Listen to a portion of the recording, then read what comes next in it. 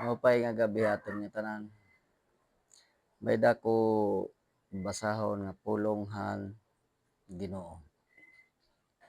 Pagbasa ti ka nga santos nga ebanghelyo sumala kan San Marcos. Inabot ti Hesus sa Jerusalem ngan sinulod diya ha templo.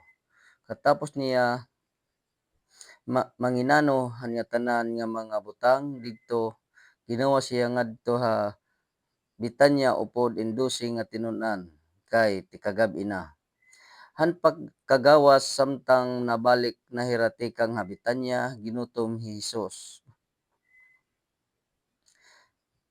Ngan marampag an kahoy nga igos ngan kinadton niya napanginano kun may ada babunga. Han pag-abot niya digto mga dahon la an iya hingkit-an diri pa man panahon hin pamunga. Ginsiring niya kahoy, waray na gud makakaon han imo bunga ngan hinbatian ini han iya mga tinun-an. Han pag-abot ni Jerusalem sinulod ni Hesus sa templo ngan nagtikang niya pagtabog han mga tanan nga namamalit ngan nagbabaligya didto sa templo. Pinamalintong niya ang mga lamisa han mga baralyo hin kwarta ngan ang mga bangilyo han mga magbaligya hin sarapati. Waray niya tumugot nga sumulod haruwang han templo an hinuman nga madarahin bisan ano. Gintugutan niya ang mga tawo naisurat ha kasuratan nga nagsiring ang Dios. Tatawagon an akon balay nga balayhin pag-ampo han nga tanan nga mga tawo kundi ginhimo niyo ang taguan hin mga tikasan. Nakabati hini ang mga punuan han kapadian ngan ang mga magturotdo han balaod. Sanglit na miling hin paagi hin pag irapatay kan Hesus. Nadlo kira haiya kay natingala gud an nga tanan nga mga tawo han iya pagturon-an han pagkagab-i na. Ginawa sa siyudad ni Jerusalem ngan an mga tinun-an. Temprano pa han aga sulod nga adlaw samtang naglalakat hira hadalan nakakita hira nga patay na ang kahoy nga igos upod an iya mga gamot. Nahinumdum ni Pedro han nahinabo nga nagsiring hiya kan Hesus. Magturotdo kita daw patay na ang kahoy nga imo ginpanghimaraot. Binaton haira Hesus. Tigam ninyo ini. Kun may pagtuo kamo han Dios makasiring kamo nga da hininga bukid. Mabalhin ka ngan matipahulog ini ngadto ha dagat kun diri kamo magduha kundi sumarigod ngan mahinabuan ginsiring niyo. Tutumanon ito tungod han iyo hayo. Tungod hini nagsiring ako ha iyo bisan ano pa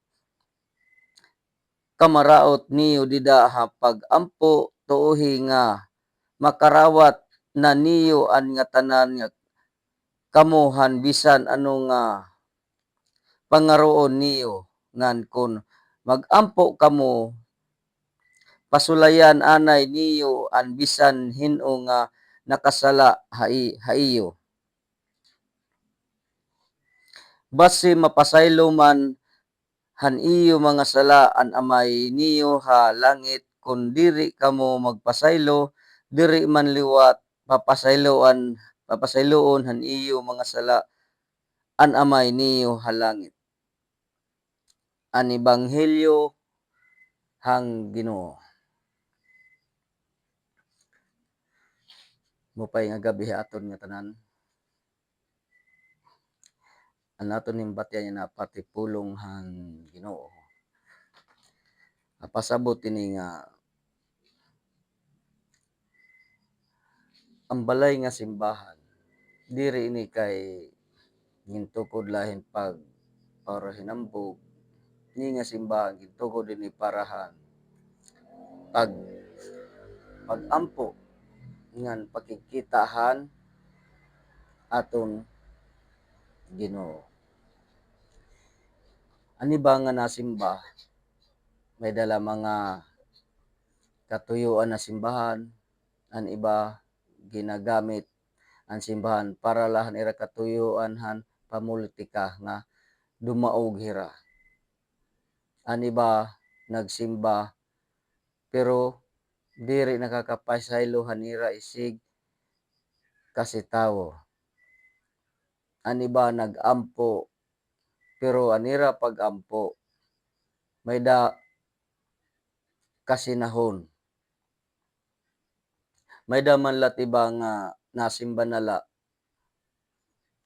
nanihimantay la ngadto ha simbahan kun ano nira nakikita. Pero ini aton pagsimba, ini nga balay nga ginkuanhan Ginoo aton pagsimba para ni pagampo ngadto iya pagpangaron bulig kun ano aton baga kinahanglan. Diri ini ginagamit naton kun ano-ano la kun aton mga inaaro. Kung may ginaaro naton nga ang Ginoo gisusuwayan na kita niya. Kung may da kita pagtuo aton pagampo mas maupay kung ang atong pag-ampo matinuod anon. Ngan kung ang atong pag-ampo may da kasinahon, waray bili itong atong pag-ampo nga tuhang Ginoo kung nag-ampo kita may da kita kasinahon. Kaya ang Ginoo gintagang kitahin maupay nga mga pakabuhi nga diha aton mga kinahanglan dirihin pagpinandawtan naton si kitawo ang katuyoan ng Ginoo nga magbinulugay kita magsinabtanay magpinaubsanon ngan paghugot ang pagtuo ngadto hang Ginoo ngan magmasimbahon kita. Amen. Maginaot ako nga gamay ko nga pamalandong may da naton mabaruan bis gamay la. Maupay nga gabi aton nga tanan.